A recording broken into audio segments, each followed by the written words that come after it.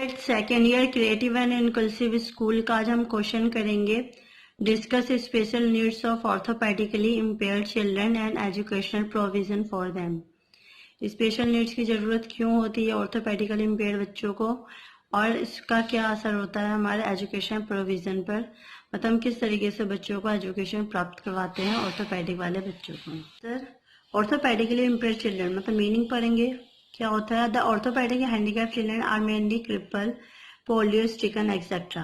ऑर्थोपेडिकल बच्चे वो बच्चे होते हैं जो कि क्या होता है, क्रोल होके चलते हैं, मतलब जो सही से सही प्रकार से नहीं चल पाते हैं, और जिन्हें जैसे पोलियो की कमी होती है, जिन्हें पोलियो के टीके नहीं लगे होते, और जिन्हें जिसके जो बॉडी पार्ट्स होते हैं वो काम नहीं करते हैं, वो इसमें आते हैं। The cripple children can be divide into two categories, the mild and severe.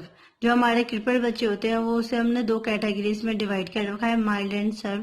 The mildly cripple children is one who has problem like congenital abnormalities like dislocated hips और जॉइंट्स। इसमें क्या होता है, जो माइल्डली वाले जो बच्चे होते हैं वो उसमें क्या होता है, उन बच्चों की जो हिप्स वगैरह उनके जो जॉइंट्स होते हैं वो सही जगह पे प्रॉपर जगह पे नहीं होते हैं, वो थोड़ी सी मतलब जो उनका पोजीशन होता है उससे आगे या पीछे थोड़ा सा हट के होता है। But the severely cripple is one who requires hospitalisation and another temporary or permanent basic. और जो हमारे क्रिपल बच्चे होते हैं, जो सर्वेलिक क्रिपल बच्चे होते हैं, ये बच्चे होते हैं जो कि किसी भी के सहारे के बिना तो वो खड़े ही नहीं हो पाते, उन्हें हमेशा किसी ना किसी की रिक्वायरमेंट होती है। प्लस में इस तरह के जो बच्चे होते हैं उन्हें हमेशा हॉस्पिटल में ही रखा जाता है। हॉस्पिटल में जो वहाँ के जो स्टाफ मेंबर होते हैं, नर्सेस होती है, उनके देखरेख में रखा जाता है। और उन्हें जरूरी होता है कि परमानेंट या फिर टेम्परेरी कुछ टाइम के लिए हॉस्पिटल में रखना। This children may have lower limb disability और lower limb disabilities like feet turning inward, feet turning outward without finger twice, without hands और लेग्स। ऐसे बच्चे जो कि लोअर लिम्ब की डिसेबिलिटी जिन्हें होती है, उसको क्या होता है, उनके जो फीट होते हैं वो अंदर की तरफ मुड़े होते हैं, कुछों के जो पैर होते हैं वो बाहर की तरफ मुड़े होते हैं, और कुछ की जो पैरों की जो उंगलियां या अंगूठे होते हैं वो होते ही नहीं है, और कुछ बच्चे ऐसे होते हैं जिनके हैंड्स एंड लेग्स नहीं होते। This children may have upper limbs have difficulty in doing activities requiring muscle strength, learning writing skills and performing practicals. इन बच्चों को क्या होता है, जो ऊपर जैसे नीचे का तो पार्ट उनका खराब होता है, परंतु जो उनका ऊपर साइड होता है उसमें भी इसके वजह से थोड़ी सी डिफिकल्टी हो पाती है, क्योंकि जब उनका पूरा बॉडी पार्ट्स ही सही तरीके से नहीं होगा तो वो अपने मसल को स्ट्रेंथ कैसे कर पाएंगे, अच्छे से लिख कैसे कर पाएंगे, अपने परफॉर्मेंस जैसे प्रैक्टिकल वगैरह के लिए उन्हें जाना आना पड़ेगा, वो भी किस तरीके से वो कर पाएंगे। Their functioning can be improve through prosthetic aids and physiotherapy. इस वजह से क्या होता है, उन बच्चों के अंदर कुछ इम्प्रूवमेंट लाने की वजह से हमें क्या होता है, फिजियोथेरेपी की जरूरत पड़ी, जिससे कि फिजियोथेरेपी की वजह से जैसे कि हम बच्चों को क्या होता है, उसकी बच्चों की थेरेपी टाइम टू टाइम करवा के उनके मसल्स में, उनके बोन्स वगैरह में इफेक्ट ला सके, जिससे कि जो बच्चे हैं वो भी थोड़ा बहुत पहले से बेटर हो सके। Special needs of orthopaedical impaired children. अब इसमें हम पता करेंगे कि कौन कौन से जो स्पेशल नीड्स है वो यूज किए जाते हैं हमारे ऑर्थोपेडिकल इम्पेयर्ड बच्चों के लिए। This children may need wheel chairs, crunches, braces, hand rails etcetera for independent movement in the school. इस तरीके के बच्चों के लिए स्पेशल चाहिए होती है, नीड्स होती है व्हील चेयर्स की, क्रंचेस की, ब्रेसेस की, और जो जैसे जाने आने के लिए वॉशरूम वगैरह, वाटर कूलर के पास जाने के लिए क्या उन्हें रेली बनानी होनी चाहिए, जिससे कि जो बच्चे उससे पकड़ पकड़ के वहां तक पहुंच सके और इंडिपेंडेंट मूवमेंट कर सकें, स्कूल में आ जा सके, उन्हें किसी की ज्यादा जरूरत ना पड़े। Children required upper limb problem require modification in the environment as well as in learning material to problem the daily living skills. इसमें क्या आता है, इसमें जो बच्चे जिनका अपर लिम्ब खराब होता है उसमें क्या होता है, वो इन्वायरमेंट के साथ उससे मॉडिफाई करवाते हैं कि जिस तरीके से वो वातावरण के साथ रह के वो अपनी लर्निंग कर सके और तरह तरह की चीजें वो सीख सके, जिससे कि वो अपनी भी एजुकेशन कंप्लीट करने में सक्षम हो। थर्ड पॉइंट हमारा, this children need to have their books fixed on the lap boards, page turner, thick pens और pen holders for reading and writing purpose. और इन तरह के बच्चों के लिए क्या होता है, जैसे एक बोर्ड बना दिया जाता है जिसमें क्या होता है जो बुक्स वगैरह होती है वो फिक्स होती है, जिससे वो क्या होता है बार बार खिसकती नहीं है और ना ही उन्हें उठाने की ज्यादा जरूरत पड़ती है। इस तरीके से उनके लिए लैप बोर्ड बना दिया जाता है और एक इंस्ट्रूमेंट दे दिया जाता है जिससे कि जो पेजेस है वो इजिली वो टर्न कर सके। प्लस में एक थिक पेन दिया जाता है और जो उन्हें इस तरीके का पेन दिया जाता है जिससे वो अच्छे से ग्रिप कर सके और जिससे वो पेन को चलाने में उन्हें उनकी फिंगर्स में किसी तरह की तकलीफ ना हो। प्लस वो रीडिंग और राइटिंग भी अच्छे तरीके से कर सके। नेक्स्ट पॉइंट है fourth point, adaptable furniture according to their impairment in needed. और उनके लिए इस तरीके के भी फर्नीचर बनाए जाना चाहिए जिसमें वो इजीली अच्छे तरीके से बैठ उठ सके, उन्हें कंफर्ट फील हो। फिफ्थ पॉइंट है the height of furniture use in labs and library should be adjusted. और जो फर्नीचर इस तरीके के लैब्स में और लाइब्रेरी में होने चाहिए जिसमें वो अच्छे से इजीली एडजस्ट हो सके और उन्हें किसी तरह की कोई प्रॉब्लम ना हो। सिक्स्थ पॉइंट है at this young age the child grows rapidly, hence the artificial limb or braces used need to be changed regularly। जो बच्चा यंग एज में होता है तो उसमें जो बच्चे की ग्रोथ होती है वो भी बहुत जल्दी जल्दी होती है, इसलिए जब हम उन बच्चों के लिए आर्टिफिशियल लिम्फ या ब्रेसेस का यूज करें तो उसे भी हमें टाइम टू टाइम उनका चेंज करते रहना चाहिए, क्योंकि हाइट जैसे जैसे उनकी ग्रो होगी तो उनके जो लिम्फ्स वगैरह होंगे उसमें भी इम्प्रूवमेंट आएगी और उसकी वजह से जो उनके जो ब्रेसेस और नीज होंगे वो भी थोड़े चेंज होंगे, जिस वजह से हमें उनका लिम्फ की जो ब्रेसेस है वो भी चेंज करनी पड़ेगी। Due to their impairment this children may need extra time to reach the class. इस तरह के बच्चों के लिए क्या होता है हमें थोड़ा एक्स्ट्रा टाइम देना चाहिए कि जिससे वो क्लास में टाइम से पहुंच सके। ये ना कि 5 मिनट भी लेट हो तो उन्हें डांटना स्टार्ट हो जाए, ऐसा नहीं। नॉर्मल बच्चों और नॉर्मल बच्चों का टाइम थोड़ा चेंज होना चाहिए। नेक्स्ट पॉइंट है writing for too long may be painful for them. और जो इस तरह के जो बच्चे होते हैं वो ज्यादा देर तक लिखते हैं तो उन्हें बहुत ही ज्यादा फिंगर्स में हैंड में प्रॉब्लम होती है, उन्हें पेन भी होता है। इस वजह से उनको जो राइटिंग भी करवाई जाए उसमें भी थोड़ा उनको ध्यान दिया जाए। नेक्स्ट पॉइंट हमारा educational provision for orthopaedical impaired children. क्या क्या हमने एजुकेशन प्रोविजन अपनाए हैं इस तरह के बच्चों के लिए। The regular classroom teacher needs no special training and can easily handle such cases. इसमें क्या है जो हमारे नॉर्मल बच्चे होते हैं इसमें टीचर्स को ना ही स्पेशल नीड्स की जरूरत होती है ना ही कोई एक्स्ट्रा स्पेशल वर्क करवाना पड़ता है। इस तरह के बच्चों के जो नॉर्मल बच्चे होते हैं वो इजीली तरीके से टीचर्स उन्हें पढ़ा सकते हैं। In total school program mobility is the essential feature for them. परंतु जब टोटल स्कूल जो प्रोग्राम होता है उसमें मोबिलिटी उसमें जरूरत पड़ती है स्पेशल नीड्स की, क्योंकि इसमें जो हमारे कुछ स्पेशल नीड्स के बच्चे होते हैं जिन्हें पढ़ाने में थोड़ी दिक्कत होती है। The following physical facilities should be provide in school. इसलिए कुछ जो फिजिकल एक्टिविटीज है फैसिलिटीज है वो भी प्रोवाइड करवाई जानी चाहिए स्कूल्स में, जैसे कि ramp facilities should be provide in building so that the children in wheel chairs can easily move in school. जैसे रैम्प वगैरह होनी चाहिए वो स्कूल्स में होनी चाहिए, बाथरूम वॉशरूम वगैरह के पास जाने के लिए रैम्प वगैरह होने चाहिए जिसमें कि जो हमारा व्हील चेयर पे बैठा हुआ बच्चा हो या फिर जो ग्रिल के जो रैम्प पकड़ के जो बच्चा जाता है उसके लिए वो इजीली तरीके से वो अपने वॉशरूम क्लासरूम या वाटर टैंक तक पहुंच सके। Addition of a handbar by the side of a water tap in a toilet or near a section of the blackboard। और क्या होना चाहिए, हैंड बार भी होना चाहिए उनके लिए, वाटर टेप जहाँ पानी पीने की जगह वहां पर टॉयलेट वगैरह में, और जहाँ उनका ब्लैक बोर्ड है उसके आसपास भी उनके हैंड बार होने चाहिए जिससे कि वो पकड़ पकड़ के इन सब जगहों पर जा सके। Adjustable furniture should be provide. बच्चों के हिसाब से उनके लिए इस तरीके से फर्नीचर हो जिसमें वो अच्छे तरीके से फिट हो सके, एडजस्ट कर सके। Modification of furniture to provide comfort for the child with braces. इसमें क्या है हमें इस तरीके के फर्नीचर्स बनाने चाहिए, इस तरीके के फर्नीचर को मॉडिफाई करवाना चाहिए जिससे कि जो बच्चा होता है ब्रेस पहन के कंफर्टेबली मूव कर सके। नेक्स्ट पॉइंट है हमारा rubber mats over slippery section of the floor with in the classroom. और हमें क्या होता है रबर वाले मैट का भी यूज करना चाहिए जहाँ पे क्या होता है क्लासरूम फिसलन तरह के हो, जहाँ पे बच्चे का पैर फिसलने लायक हो तो उस जगह पे हमें रबर मैट का यूज करना चाहिए जिससे कि जो बच्चा है वो फिसल ना सके। नेक्स्ट पॉइंट है adaptable furniture for children with poor hand coordination should be provided. इसमें क्या हमारे क्या होता है इस तरीके के भी फर्नीचर बनाने चाहिए जिससे कि जो बच्चा आराम से कोऑर्डिनेशन करके बैठ सके उठ सके।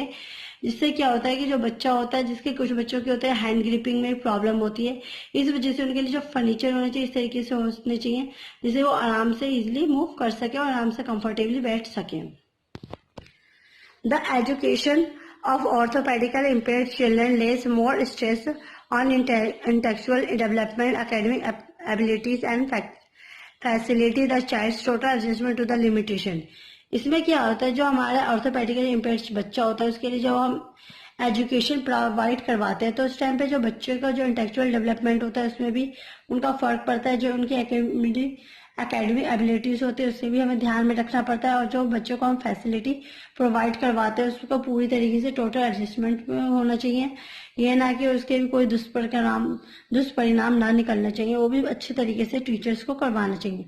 Following points should be kept in the mind to develop their personality to full potential. इससे क्या है, हमें कुछ पॉइंट्स है वो हमें हमेशा ध्यान में रखना चाहिए, जिससे कि जब हम स्पेशल नीड्स वाले बच्चों को एजुकेशन प्रोवाइड करवा रहे हो तो। फर्स्ट पॉइंट है this children should be self reliance and the ability to make choice. इसमें क्या होता है, जो बच्चों को सेल्फ रिलायंस होना चाहिए और बच्चों को एबिलिटी देनी चाहिए कि वो अपने चॉइस से, अपने हिसाब से वो अपनी जो भी उनको आगे स्ट्रीम चूज करना है वो कर सके। This should be taught how to use the different parts of the body to overcome their limitation। इसमें क्या होना चाहिए, जो टीचर्स होती है उन्हें बच्चों को बताना चाहिए कि वो किस तरीके से अपने डिफरेंट बॉडी पार्ट्स का यूज कर सकते हैं, किस तरीके से वो अपने मतलब ज्यादा अपने बॉडी को तकलीफ दिए बिना ही अपने बॉडी पार्ट का यूज कर रहे हैं। थर्ड पॉइंट है they must clear to plan ahead in advance for mobility and assistant.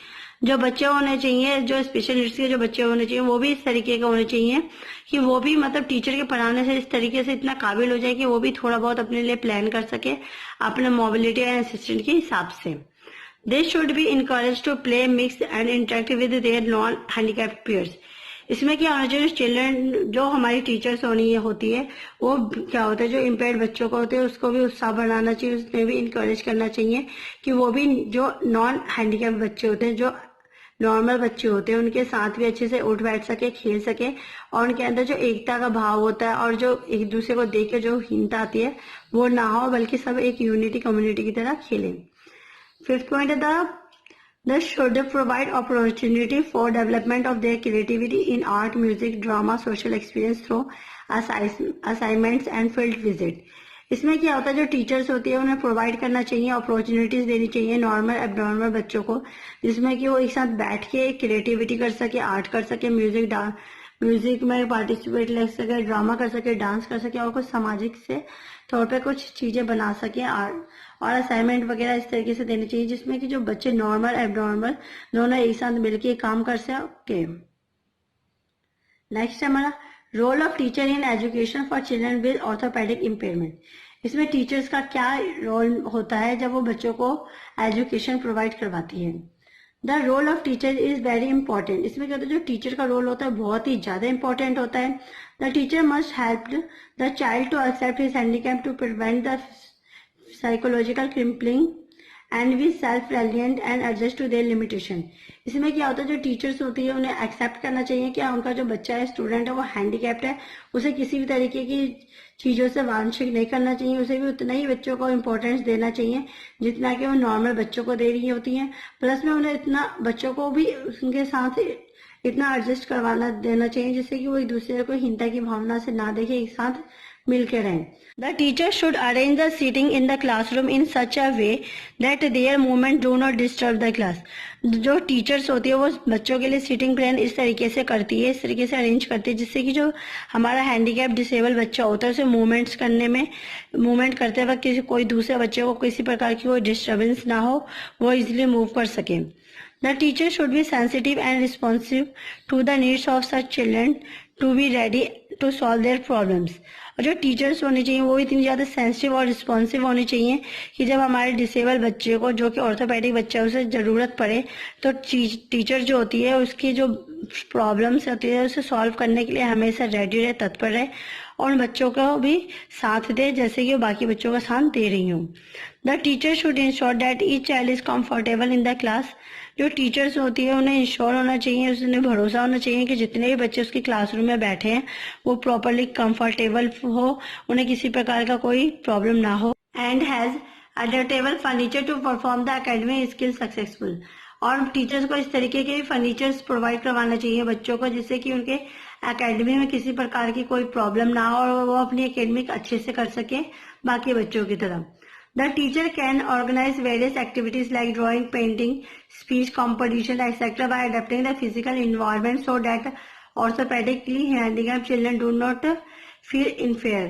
इसमें क्या होता है, जो टीचर्स होती है उन्हें इस तरीके की एक्टिविटीज भी तरह तरह की करवानी चाहिए, जैसे कि ड्राइंग होगी, पेंटिंग होगी, स्पीच कंपटीशन होगी, बाकी अदर एक्टिविटीज होगी, जिससे क्या होता है जो बच्चा होता है फिजिकली इसमें इन्वॉल्व होता है, वो अपने इन्वॉल्वमेंट के साथ भी इन्वॉल्व होता है, जिससे कि बच्चे फिजिकली और नॉन फिजिकली बच्चे एक दूसरे के साथ मिलके इन सब चीजों, इन गेम्स में पार्टिसिपेट करता है, जिससे कि जो हमारा ऑर्थोपेडिक हैंडीकैप बच्चा होता है वो अपने आप को दूसरे से कम ना समझे, अपने आप को हीन ना समझे, और उसे ये ना लगे कि जो टीचर्स या स्टूडेंट्स है उसे बाकी बच्चों से अलग कर रहे हैं. The teacher should motivate normal children to help these children by providing support in walking और बाय पुशिंग व्हील चेयर. जो टीचर्स होती है वो उन्हें बच्चों को मोटिवेट करना चाहिए, नॉर्मल बच्चों को, जिससे कि जब बच्चों जो हमारे नीड्स, स्पेशल नीड्स वाले बच्चे उन्हें जरूरत पड़े तो वो भी उन बच्चों का साथ देते हैं, उन्हें सपोर्ट करें चलने फिरने में, या फिर उनके व्हील चेयर को धक्का लगाना उस चीज में, या फिर एजुकेशन फील्ड में, या फिर कोई एक्टिविटीज वगैरह करवाई जा रही हो तो इसमें जो नॉर्मल बच्चा है वो नॉर्मल बच्चा का भी सपोर्ट एंड मोटिवेट करे. The teacher should observe their postural habits carefully so that the children do not develop wrong posture. जो टीचर्स होती है वो बच्चों को भी ऑब्जर्व करना चाहिए कि जो बच्चा हमारा डिसेबल बच्चा है वो अच्छे तरीके से अच्छे पोजीशन में बैठ रहा है या नहीं बैठ रहा, वो जो आदतें सीख रहा है वो अच्छी सीख रहा है या नहीं सीख रहा, और वो अगर जैसे बच्चा कोई डेवलप कर रहा है, रॉन्ग पोस्चर ले रहा है, तो टीचर को उसी टाइम पर उसे टोकना चाहिए और उसे सही से बैठने की हिदायतें देनी चाहिए, जिससे कि जो बच्चा आगे जाके अच्छे से उठ बैठ सके. नेक्स्ट पॉइंट है, they should be given extra time to complete exercise. जो टीचर्स होती है वो जो नॉन डिसेबल बच्चे होते हैं और डिसेबल बच्चे होते हैं उनके बीच में जो टाइम होता है, टाइम पीरियड का भी ध्यान देना चाहिए, क्योंकि जो हमारे नॉर्मल बच्चे हैं वो जल्दी काम कर लेते हैं और जो एबनॉर्मल बच्चे होते हैं उन्हें थोड़ा काम करने में टाइम भी लगता है. इसलिए जो हमारे जिन्हें स्पेशल नीड्स की जरूरत होती है उन्हें बच्चों को एक्स्ट्रा टाइम देना चाहिए टीचर्स को एक्सरसाइज कंप्लीट करने के लिए. The teacher should encourage these children to attend classes regularly and take part in all curricular activities. जो टीचर होती है उन्हें टाइम टू टाइम बच्चों को इंकरेज भी करना चाहिए, उनका उत्साह भी बनाना चाहिए, जिससे कि जो बच्चे होते हैं हमारे स्पेशल नीड्स वाले बच्चे वो भी प्रॉपरली क्लास ले सके, जैसे रेगुलर बच्चे ले रहे हैं वैसे वो भी रेगुलरली क्लास ले सके, प्लस में वो भी तरह तरह की एक्टिविटीज में पार्टिसिपेट करें. लास्ट पॉइंट है, the teacher should organise a cooperative teaching atmosphere in the classroom to minimise the social problems created by normal student. जो टीचर्स होती है उसे इस तरीके का वातावरण अपने क्लासरूम में बनाना चाहिए जिससे कि जो वहाँ का जो एटमॉस्फेयर है वो कोऑपरेटिव वे में हो, जिससे कि नॉर्मल और एबनॉर्मल बच्चे एक दूसरे के साथ अच्छे से घुल मिल के रह सके, जिससे कि जब बाद में वो बच्चा बड़ा होकर समाज के साथ जाए तो उसे उनके साथ रहने में कंफर्टेबल फील हो, उसे किसी प्रकार की कोई तकलीफ ना हो. आई होप आपको आज की वीडियो पसंद आई होगी. प्लीज मेरे वीडियो को लाइक, कमेंट एंड सब्सक्राइब कीजिए. Thank you for watching.